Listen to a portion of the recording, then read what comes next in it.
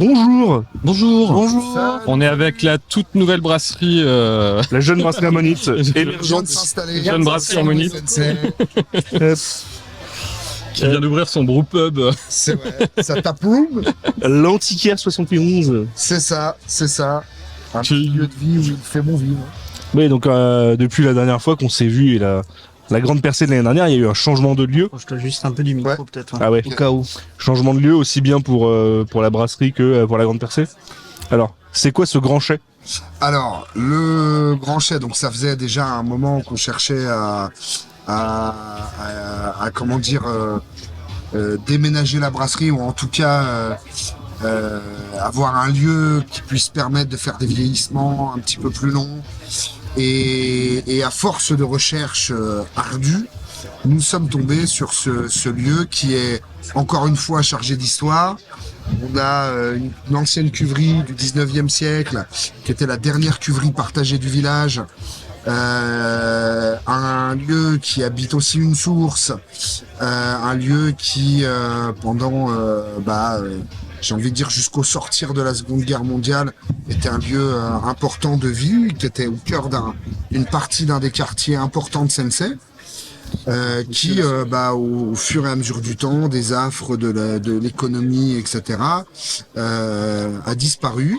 Et puis 70 ans après la fermeture, un lieu qui réouvre et qui va à nouveau fabriquer des boissons fermentées. En l'occurrence pas du vin mais de la bière.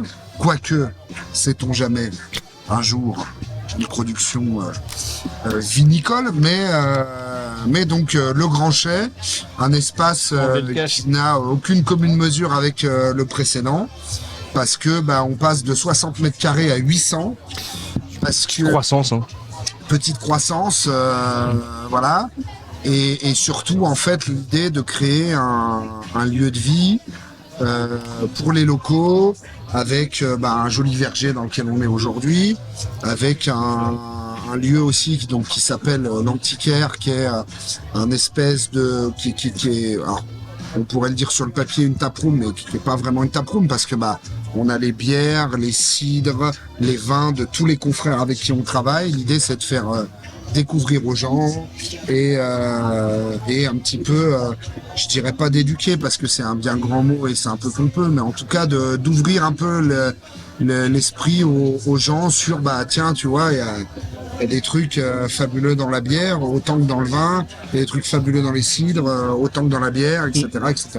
Alors, là, ce qu'on peut dire aussi, c'est que l'ancienne brasserie était au cœur du petit bourg de Sens qui fait partie de la commune de Sensey-le-Grand. Là, t'es quand même beaucoup plus en centre, dans le sens où t'es quand même à proximité de commerce, de lieux de vie. Donc j'imagine que ça doit être plus propice à drainer du public et à faire découvrir la bière aux locaux. Carrément, parce que du coup on a cet espace donc sur la partie intérieure 35 places assises, sur la partie extérieure on pense à peu près 70-80 places. On est au cœur du village, donc ça squeeze entre guillemets le problème qu'on pourrait avoir de certains locaux qui diraient je vais aller dans un lieu mais il va falloir après que je rentre, est-ce que je prends la voiture, etc. Là tout se fait à pied, on a des gens du quartier, quand tu regardes les tables, c'est des gens qui habitent à 50 mètres et qui sont super contents de retrouver de trouver un nouveau lieu de vie. C'est pour le coup, c'est pas une taproom, pour moi vraiment c'est un lieu de vie, quoi. Mmh. Comment le public local a perçu tes produits dans un premier sens? Alors il y a un double effet, c'est-à-dire que la brasserie, on n'a jamais, quand on était dans le hameau, on n'a jamais trop communiqué sur le fait qu'on était là, parce que on n'avait pas envie de déclencher de la frustration chez les gens, de dire on est là, coucou, c'est super, en fait on n'a rien à vendre, on peut pas vous recevoir parce qu'on n'a pas le temps, ouais, voilà, on n'a pas le temps d'expliquer. Donc il y a des gens qui découvrent la brasserie, qui disent mais vous étiez à Sens avant. Je dis on a installé ça, et la brasserie existe depuis 2016. Voilà, après on est sorti du bois en 2018, mais pour beaucoup c'est de la découverte. Et il y en a vraiment, je te dis, l'accueil des locaux, c'est vraiment mais super, on peut s'asseoir dans un lieu sympa, avec un décor un peu sympa, avec des prix aussi qui sont corrects, parce que du coup tous les gens avec qui on bosse c'est des copains, en respectant les marges de tout le monde. Tout le monde arrive à s'en sortir. Je veux dire, on essaye de garder le maximum d'accessibilité. Et en fait, c'est un peu le truc, les gens disent « Ah, mais c'est encore possible qu'il y ait un truc comme ça ». Et puis la sélection, elle change toutes les semaines. Donc les gens, ils redécouvrent à chaque fois. On travaille avec beaucoup de références, mais peu de volume. Et du coup, ça marche bien, quoi. Donc c'est cool. Et au niveau des styles de bière, on t'a sûrement posé la question plein de fois, mais c'est pour les locaux qui peut-être connaissaient pas du tout la bière artisanale ou même des trucs beaucoup plus loufoques comme ce que tu fais. C'est plus facile dans une région vinicole d'accepter, pas d'accepter, mais d'apprécier ce que tu fais, et c'est plus facile pour les consommateurs de découvrir. Alors t'as deux aspects. T'as ceux qui parce que voilà, on est à 50 km à la ronde de tous nos copains vignerons. Donc on a beaucoup de nos clients, c'est des copains qui viennent, qui disent tiens, les vendredis on va se poser chez Simon. Donc là j'ai envie de te dire, l'éducation elle est faite. Ouais. Il n'y a pas de souci, voire même je dirais pas Cantillon c'est de l'eau, mais tout le monde connaît. C'est admis, il n'y a aucun problème. Oui, Cantillon c'est l'eau c'est vraiment le classique. Du vigneron, ouais. C'est ça. Et t'as de l'autre côté les locaux qui disent moi actuellement je mets presque pas du tout en avant la brasserie sur la partie dégustation. Je passe en fin de service pour dire tenez, voilà, c'est ce qu'on a fait, voilà l'accord avec lequel ça fonctionne bien, etc.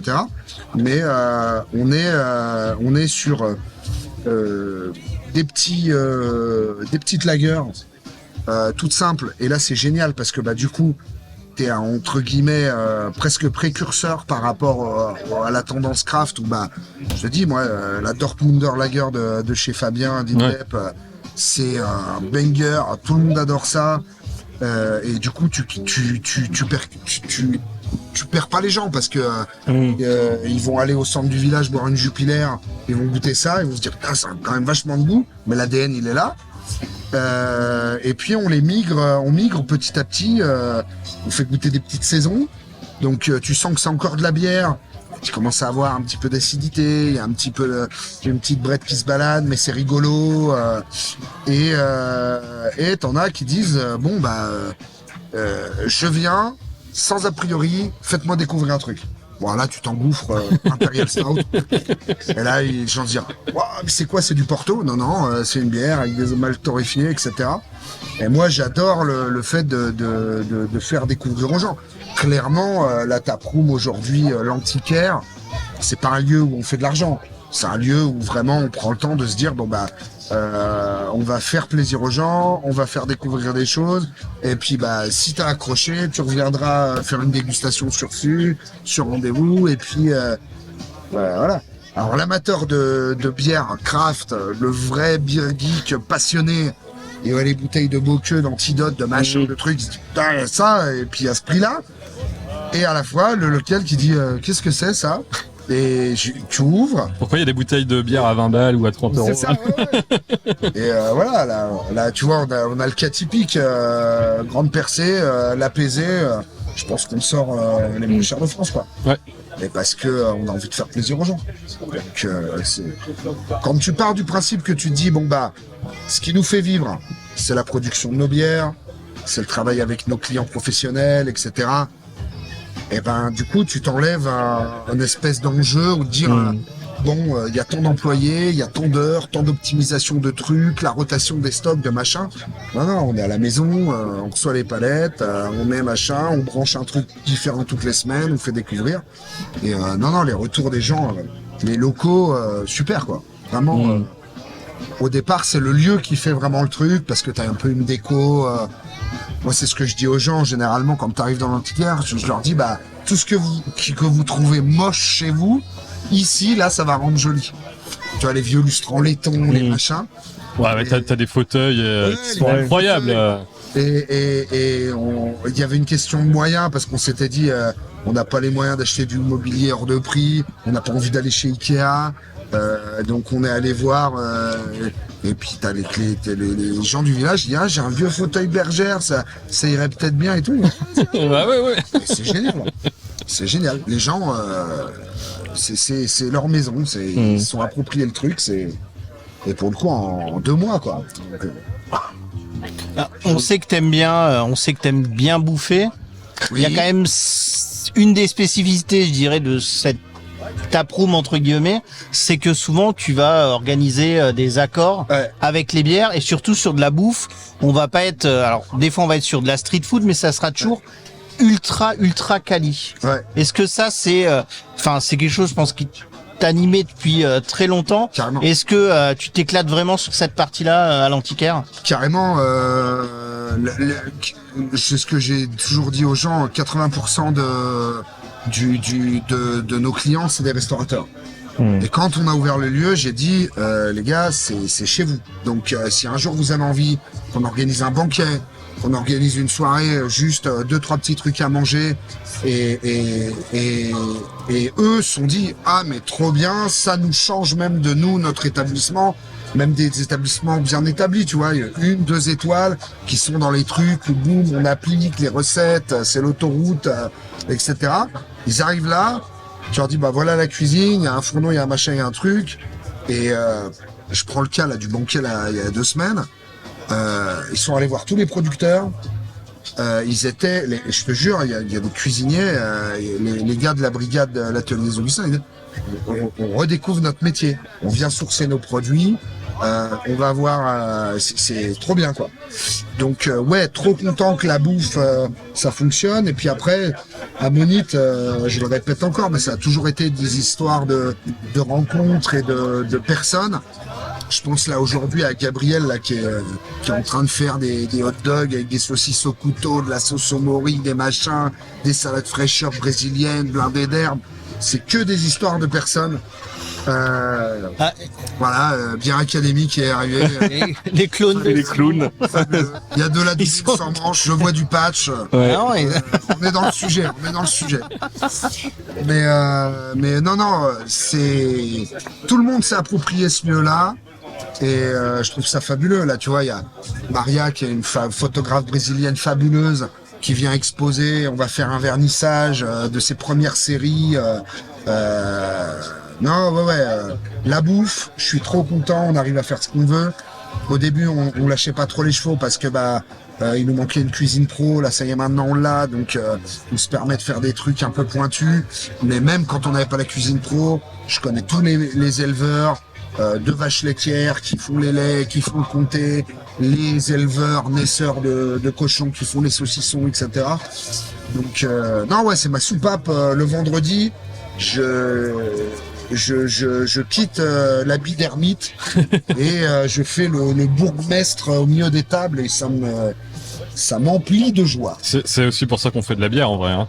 C'est pour Mais parce qu'il y a aussi ce partage. Je crois que c'est ce que je dis depuis ce matin. On fait 75 centilitres d'une boisson qui réunit les gens et basta. Les machins, les hypes, les trucs, les notes, ça existe. Ce serait débile de dire non, j'en ai cure, ça m'intéresse pas. Mais quand tu vois les gens qui disent oh là là, le hot dog c'est excellent, ah là là, la bière avec le truc c'était trop bien. Revenir ici, que ce soit en mode week-end à la campagne et que les gens se libèrent de toutes ces conneries, le lieu implique ça en fait. Ouais. T'arrives, t'es dans le jardin, il y a un baby-foot, une pergola, du petit son qui passe. T'as juste envie de te dire, quand est-ce qu'on vient quoi. Ça, moi, j'adore. Et pour du coup recentrer un peu sur la grande percée, le format a quand même pas mal changé du coup depuis l'année dernière puisque pour le coup cette année on est sur le lieu de la brasserie. Ouais. Que t'as changé de lieu, t'as de l'espace, on est près du verger. Ce qui est bien par rapport à l'année dernière, c'est qu'on a un peu d'ombre, il y a les arbres, on a moins de chaleur aussi, et un format peut-être avec un peu plus intimiste, moins de personnes. C'était quelque chose qui était voulu dans ce sens-là. Alors carrément parce que il y a une contrainte réelle. Alors là, tu vois, on est, je pense là, centaines ce matin, puis ce matin 100, 150. On a 1800 mètres carrés de verger. tu mets 800 personnes là-dedans, c'est la foire, ça sert à rien. Nous, en plus, il y a eu l'arrivée dans le bâtiment, le chantier, tout faire, tout assez rapidement, et de se dire j'ai pas envie de blinder la com, j'ai pas envie de me consacrer à ça. Les gens qui viennent, c'est en gros la famille, et tu vois, au nombre qu'on est, tout est dimensionné parfaitement, tout le monde peut s'asseoir, il y a des enfants, ça joue, ça fait du molki, ça fait du baby, ça rigole, on passe des softs autant qu'on passe des bières, il y a les copains vignerons qui sont là, fabuleux quoi, fabuleux. Tiens, c'est encore un exemple. Romain Chapuis, grand vigneron de la Côte de Beaune. Comment ça va mon Romain? Excusez-moi, je salue. C'est donc. Voilà, là on est dans la vérité là. Salut. On est dans la vérité. Il y a moi j'aime bien ça. J'aime bien ça. Pas de faux semblants, que des vraies personnes. Et oui, une édition plus intimiste. Et j'ai envie de te dire tant mieux. Ouais, c'est un peu la direction que tu veux peut-être prendre sur les prochaines grandes percées. Je sais pas il y aura des prochaines grandes percées. Ah bah bien sûr. Évidemment. Oh, encore ouais. Parce que moi j'ai trouvé super l'idée cette année. Alors tout le monde me l'a dit. Hein. Ouais, mais si tu fais venir d'autres brasseries, machin, ça va diluer le truc de. Arrête. Il y a 4 brasseries. On a Xavier de l'Apaisé qui vient de Suisse, Ouais. Fabien d'Indep, Sébastien de SPO. Et chaque année, ça va changer. On va faire venir toujours 2-3 copains brasseurs. Faut faire découvrir. Moi, je trouve ça bien. Quand t'es moins nombreux, moins d'exposants aussi, et que tout le monde peut travailler, tout le monde peut. Moi, je trouve ça bien. Il y en a pas un qui m'a dit aujourd'hui le cadre est à chier, les prix sont trop chers, les machins. Tout le monde est là, c'est raisonnable. Ouais, puis même du coup pour les exposants, ils ont aussi probablement plus le temps d'apprécier l'événement, d'échanger avec les gens. C'est vrai que l'année dernière, c'était quand même un peu plus la chaîne sur le service, c'était ouais ça. Moi, c'est ce que j'avais dit cette année. Ok, je vais être derrière le comptoir, mais je veux me balader, je veux discuter avec les gens. Et on a vu que tu as pris le temps de le faire cette année. Ouais. Et pour moi, il n'y a rien de pire que de dire on va répondre à une demande des gens au prix de ce que tu es toi-même. Et l'année dernière, moi, alors, c'était génial, mais t'as passé ta vie à courir. À 18h, t'avais 30 personnes et je passais mon temps à dire désolé pour l'attente, vraiment désolé. Et je me dis, mais merde, tu fais le truc pour te dire, on va réunir le maximum de gens, la brasserie ouverte, il y a plein de refs, il y a plein de trucs, et t'as pas le temps de discuter. Alors là, c'est des petites conversations volées comme ça, c'est des petits moments. Mais c'est quand même beaucoup plus agréable que retirer et faire l'abattage. On a une autre grosse nouveauté cette année sur la grande percée, c'est qu'il y a un deuxième jour. Demain, on aura un... Ah là, c'est la folie. Ouais. C'est quoi? C'est le grand brunch. Le grand brunch. Moi, j'ai eu des remarques, des gens qui m'ont dit, en fait, cet hiver, ça va être le grand pot-au-feu. Et pourquoi pas? Allez. Tout doit être grand. Tout doit être grand. Grand, ça veut pas dire grandiloquent, ça veut dire on se réunit tous, on fait un bête de truc. Tu vois, la grande famille. Ouais, c'est ça. Il y a 2 semaines, quand on a fait le banquet, je veux dire, ça a fait des bancs bourguignons dans le chai. Tout le monde a mangé, tout le monde a bien bu. Et donc là, cette année, un deuxième événement qui est connexe à la grande percée, qui est le brunch du Verger, qui est demain. 80 personnes, un déluge de dizaines de plats à goûter, fait par Gabi, notre chef brésilien, plein de trucs, que les gens se fassent plaisir, à un prix correct, encore une fois, c'est important. Et voilà, moi j'adore l'idée de me dire, on a réussi à baisser le prix de l'entrée, on a réussi à baisser, à rendre encore ça accessible. Ça veut dire que mine de rien, quand tout le monde joue le jeu, quand tout le monde fait un effort, tu peux régaler tout le monde. Et Bien ça, sûr. je trouve ça cool. Autre gros changement, c'est les horaires aussi. Ça termine plus tard. Parce que l'an dernier, on avait grosse frustration de tout le monde à 18h quand il a fallu plier les Gaules. C'est clair. C'est clair. C'est pareil. Moi, ça, c'était aussi un truc où j'avais assez mal vécu. Où en gros, on était presque bien justement à 18h. On s'est dit bon bah ça y est, c'est bon. On va pouvoir entre guillemets se poser. Et on n'a pas pu parce qu'on a dû faire métaux, etc. Donc là, cette année, c'est 10h, 1h du matin. Je crois qu'on est tous témoins du fait que t'as zéro débordement, tout le monde est tranquille. Ah, c'est ultra calme, tranquille, ouais. C'est tout ce qu'on aime. On va faire, ça va, je pense, un peu chanter, un peu danser ce soir. Et on va tous se retrouver demain matin pour se reconstituer dans la bonne humeur. Et moi je trouve ça... profiter. Alors 1 heure, c'est pas 5 heures non plus, donc ça c'est bien aussi. Mais ouais, on va être dans de belles dispositions. La carte sur les bières, elle tourne. À chaque fois qu'on a une rêve qui saute, bah, on change, on amène un autre truc. Donc et puis à manger. Enfin, moi, je ne parle que de la bouffe aujourd'hui, mais putain, c'est bon quoi. Oui, c'est bon, je confirme. C'est vrai. Saucisse au couteau, sauce au mori, machin. Ah, les petites bouchées de tapioca là, c'est incroyable. C'est terrible, la petite salade fraîcheur là. Putain, on fait une salade fraîcheur, quinoa, oignons, fraises, échalotes. Tu te dis mais y a rien qui coche pour que ce soit bon et c'est excellent. Voilà, moi je suis content. Il y a un truc qui est très drôle, enfin je trouve qu'il résume très bien tout ce qu'on dit depuis tout à l'heure, le côté beaucoup plus convivial, accessible, avec le temps d'échanger. On voit là au fond dans le verger, il y a Xavier de la Pézée qui est tranquillement assis dans l'herbe en train de papoter avec des gens, chose qui aurait été clairement inenvisageable l'année dernière. Déjà parce qu'il y avait trop de monde, et puis il y avait pas d'ombre, surtout. donc tu pouvais pas te mettre. Mais ça, et puis moi quand je lui ai dit, j'ai dit à Xavier, je lui ai dit tu veux venir, ça te dit? Et il me dit il y aura du monde. Je dis bah non, tu sais c'est 150, 200 personnes max et tout. Ah bah je viens. Faut pas brusquer un Suisse, hein. Non mais c'est que t'as une demande à un moment. Ça fera l'objet sûrement d'un autre débat, d'un autre live, d'un autre podcast. Mais les gros événements, aujourd'hui en France, tu peux en avoir 2, 3.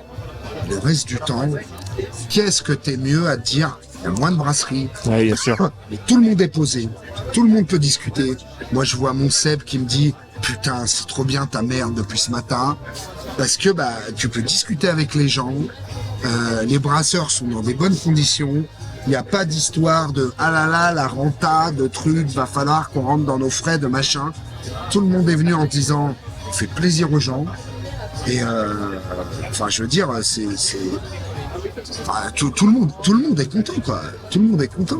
Même les pros Bien sûr. qui font leurs courses, qui disent là le nombre de mecs qui ont des caves à bière, qui disent ça, le Sancerre, le truc, le gros Hermitage là, ça passe, c'est trop bien. Ouais. Voilà. C'est ce que j'allais te demander, comme toi tu restes quand même une brasserie, alors même si t'as un univers étendu, on va dire, qui est très à cheval entre l'univers du vin, de la bière et des spiritueux, ça reste quand même un événement qui s'adresse beaucoup à des amateurs de bière, principalement. Tes collaborateurs, partenaires vignerons, entre autres, qui viennent, eux, ça va, ils arrivent à trouver leur public. En fait, c'est faut carrément changer entre guillemets le logiciel qu'on a, c'est-à-dire que dans le monde du vin, c'est où tu vas faire du très gros salon, vigneron indépendant, c'est de l'abattage pendant 4 jours, qui pourrait se rapprocher de festivals dans la bière qui deviennent très gros avec des brasseries et Lyon, au final, par exemple. Et t'enchaînes. Là, ils m'ont dit, nous, mon Simon, c'est week-end à la campagne. On va pouvoir goûter les bières qu'on a fait ensemble. Là, on vient de se faire la déguste de toutes les vinifera qui viennent de sortir. On est juste en mode, on est les copains qui se retrouvent. Alors, évidemment que c'est pas l'opération du siècle pour eux. C'est pas non plus l'opération du siècle pour la brasserie. Et c'est pas grave. Parce que, il y a d'autres moments où on gagne notre vie. C'est-à-dire que moi, c'est ce que je dis aux gens. L'antiquaire, la grande percée, tous ces trucs-là, c'est pas les lieux où on doit gagner des sous. C'est des moments où on doit juste faire plaisir aux gens. Et moi, je te dis, l'année dernière, il y a beaucoup de vignerons qui me disent, quand je leur ai dit, ah, t'as bien fonctionné, machin, ouais, on a vendu 5-6 cartons, mais on n'est pas venu pour ça.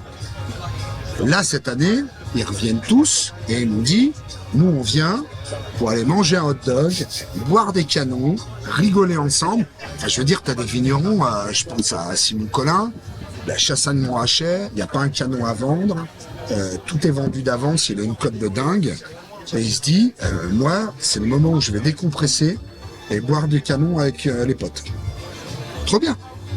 Trop bien. On change le logiciel de alors est-ce que ça a été rentable de trucs. Trop bien. Tout le monde est content. Voilà. Donc moi ça me va. Une formule comme ça où tout le monde, les consommateurs sont contents parce que les prix sont raisonnables, les producteurs sont là parce qu'ils ont le temps d'expliquer aux gens. Et enfin, je veux dire, t'as des clients là qui sont devenus des amis qui vont se marier ici. Ouais, j'ai entendu ça tout à l'heure. Ma comptable et son mari vont se marier dans le verger. Et ils sont là et ils disent alors tiens le vigneron là putain on a goûté c'est bon ça tu peux nous l'avoir pour le mariage. Bah oui. C'est trop bien. C'est trop bien. Ça c'est tranche de vie, comment tu peux les avoir si t'es en mode alors est-ce qu'on a print la 25e casquette logoté et le machin et comment on est à combien sur une table, c'est quoi la prochaine recette? Non. C'est trop bien le lieu, on est content, on veut revenir. On va avoir des mariages à Brasserie Harmonie. Non mais il y a 4 ans, quand on sortait du bois avec 5 ans, on sortait du bois avec les premières bières. Comment j'aurais pu imaginer ça? C'est les gens qui se sont emparés de cette brasserie et c'est génial. Alors je peux comprendre par contre que ça peut être frustrant pour d'autres brasseries qui peuvent avoir des fonctionnements beaucoup plus établis, et c'est normal, qui ont d'autres enjeux. Mais là, ici, on a laissé, entre guillemets, je veux dire, j'aurais jamais décidé de faire une salade de quinoa, oignons, fraises, échalotes, si Gabriel m'avait dit, t'inquiète, ça va marcher, ça va être génial. Je dis, écoute, si on en vend 10 portions, ce sera bien. Voilà. Et au final, on est à poil, on n'a plus rien. Trop bien. Trop bien. Les gens se saisissent du truc. C'est encore une fois, c'est toujours ça, Ammonite, c'est une énergie et tout le monde s'en saisit et c'est cool. Donc, enfin, je sais pas, on est bien quand même. Ah bah Voilà, on est carrément bien. On est bien, bien tranquille. Il fait frais, on est bien, Ouais, c'est voilà. chill. Non. On a une petite averse. Ouais, voilà. Pour on a eu- rafraîchir pour après. Voilà. On va pouvoir profiter, regarde-moi ça. Ah bah maintenant on est bien là. Là, c'est. Du coup, Simon, parce qu'avec le nouveau bâtiment, la nouvelle brasserie, au-delà d'avoir l'antiquaire et un peu plus de place, ça te permet du coup d'augmenter un peu la capacité de production. Je sais pas si tu as déjà rajouté beaucoup de barriques, parce qu'on a fait un petit tour tout à l'heure, mais je ne me rends pas compte s'il y en a déjà beaucoup plus qu'avant ou pas. Alors. Il y a encore de la place. À 10 barriques près, le stock qu'il y a là est quasiment le même qu'il y avait dans le hameau de Sens. Ok. Ce qui paraît complètement dingue parce qu'on se dit mais comment ça tenait dans 60 mètres carrés? Alors, Ah, on c'était avait sur des investi. étagères. Alors, on pilait sur 4 ans, il y en avait dans les caves, dans d'autres caves, etc. T'en planqué chez les potes vignerons. Aussi, mais là, effectivement, on a un objet, un outil qui nous permet de nous dire, bon bah voilà, in fine, je l'annonce et comme ça au moins je serai obligé de le respecter, et puis de toute façon c'était l'idée. Ammonite, en vitesse de croisière, maximum de la production dans l'avenir, ce sera 300 hectolitres. Et terminé basta. Parce qu'à 300 hectolitres, là actuellement ce qui est logé en fût, si on passe de fûts de 228 litres à des fûts de 500 ou de 600, qui techniquement sont plus intéressants, qui permettent de faire des micro-assemblages, de pousser les vieillissements, eh ben, il y a un effet de levier très simple qui est une barrique qui est 3 fois plus grosse. Si tu as le même nombre de barriques, ben, en gros, tu as la même qualité de travail, voire meilleure. Et Oui, dans le même laps de temps. exactement. Tu fais 3 fois plus de volume Exactement. dans le même Ouais, laps de temps. Ouais. Et pourquoi? Alors on pourrait aller plus loin, commencer à rentrer des foudres et des machins. C'est niette, parce que si on fait ça, Ça veut dire que la grande percée, il va falloir déléguer ça. Parce que ça veut dire que le mec qui vient, qui dit je peux prendre rendez-vous, j'ai entendu parler de la brasserie, j'aimerais découvrir, bah, je pourrais plus passer 2 heures avec lui à faire une dégustation sur fût. L'antiquaire, va falloir embaucher des gens, ça veut dire que ça va augmenter les coûts, ça veut dire qu'il va falloir augmenter les tarifs. Alors oui, ça prend du temps, oui c'est chronophage, oui c'est de l'énergie, oui machin, mais à ces dimensions-là, tu fais plaisir à tout le monde et donc voilà. Actuellement, on est à peu près cette année à 130-140 hectolitres. Le maximum produisible ici, enfin le maximum que j'ai fixé, ce sera 300. Et à 300 hectolitres, on s'arrête. Et on se concentre maximum qualité. Et bizarrement, je suis en train de me mettre dans un mood où j'ai plus de place, donc je loge des bières plus longtemps. Donc au final, tu vas pas forcément faire beaucoup plus de bières. C'est-à-dire que je me dis, on va être encore plus conservateur. C'est-à-dire là, 4 ans la barrique elle reste au sol, on peut la laisser. Donc voilà, la limite elle est fixée. Ça me laissera le temps de conserver une vie de famille, ça me laissera le temps de m'occuper des arbres, parce que on le répète pas assez, mais Ammonite c'est tous les fruits, tous les orges, tout ce qui constitue, mis à part le verre, l'étiquette, le bouchon et la capsule, c'est tout nous qui gérons. Donc à ces échelles-là, tout est tenable dans une optique de qualité maximale. Voilà.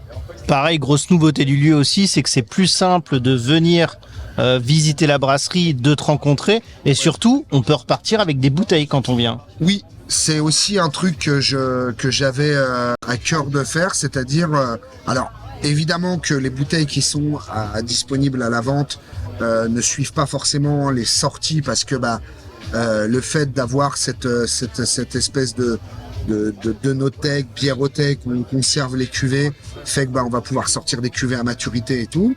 Mais j'ai trop longtemps vécu le fait de dire c'est bon hein, ce qu'on goûte là, il y a rien à vendre. Non. Donc on avait préparé, parce qu'on était sur le dossier de ce bâtiment depuis un petit moment, on avait anticipé le coup, on avait dit on bloque 1, 2, 3% de la production pour pouvoir proposer aux gens sur table ou à emporter des cuvées.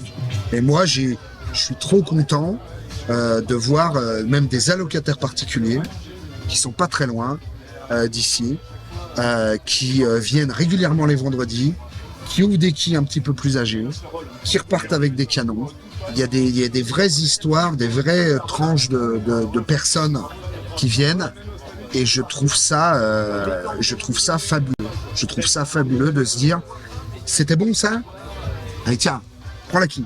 Je te dois qu'on... Dégage. Pas, fais-toi plaisir, et basta. Et ces mêmes gens vont dire, tiens, j'ai une saloperie moche, je vais la mettre chez toi.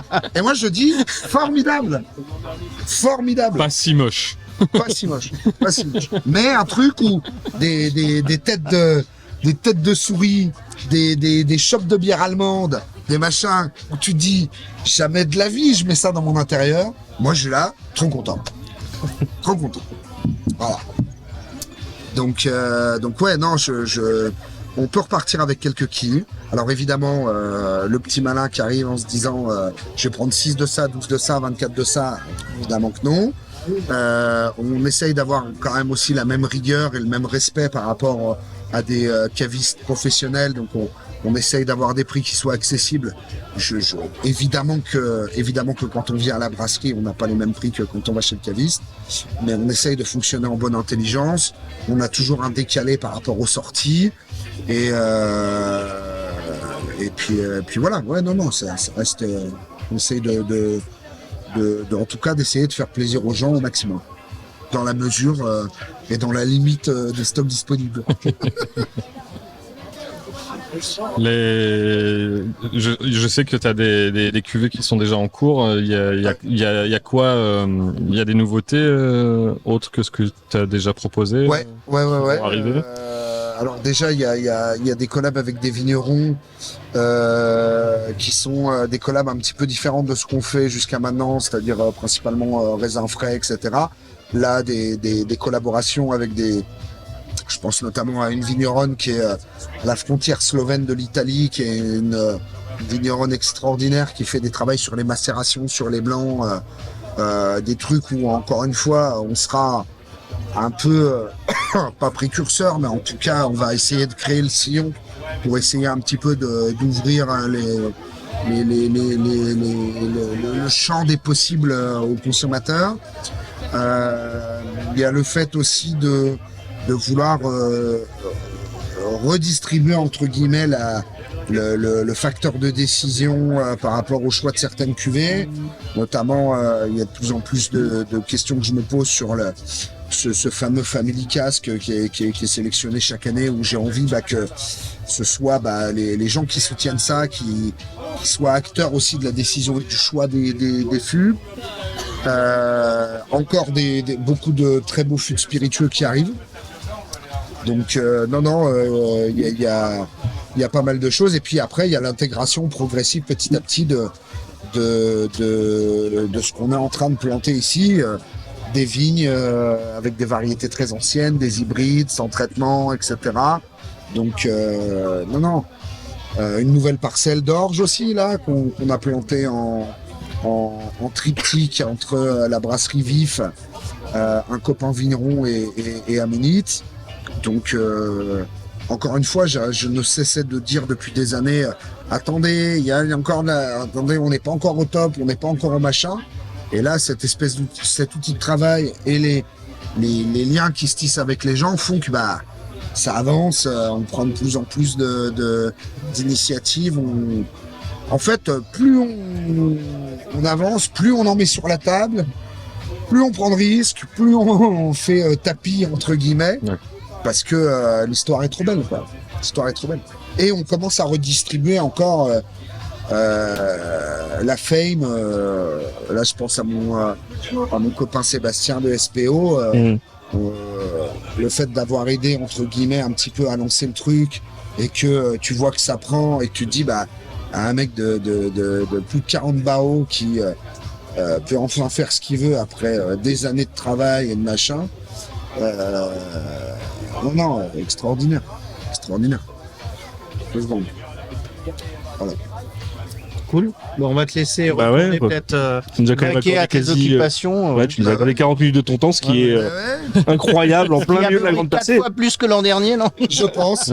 Ouais. Des chances. Et puis en plein milieu de la grande percée, quoi. On n'a pas donné la fin pour avoir Simon. C'est Ah ouais. C'est ça. Non, c'est trop cool. J'espère que vous passez un bon moment. carrément, ouais. Moi, je suis trop content. Je suis trop content Ah ouais, non, cette année. C'était bien l'année dernière. c'est ce que j'allais dire. Mieux cette année. C'est très cool l'année dernière, là, c'est encore mieux, le cadre incroyable. Ah, le lieu est génial. On peut vraiment en profiter. C'est un peu c'est la petite voisinade plus, tu vois. Ouais, carrément. Ça avait cousinade un peu. Ouais. Carrément. Donc, C'est l'ambiance. trop bien. Merci encore Simon du coup Ouais. pour l'événement. Mais oui, Pour l'invitation. Ouais. Mais Pour oui. le temps accordé. L'année prochaine. Ah oui. Ouais. Faut qu'on agrandisse le verger. Ouais. Bon. Contacter les voisins. Et à demain pour le grand brunch. Carrément. Allez. Le déluge. Le déluge de nourriture fabuleux. Merci beaucoup Simon. Merci. Des bisous. Allez, à bientôt.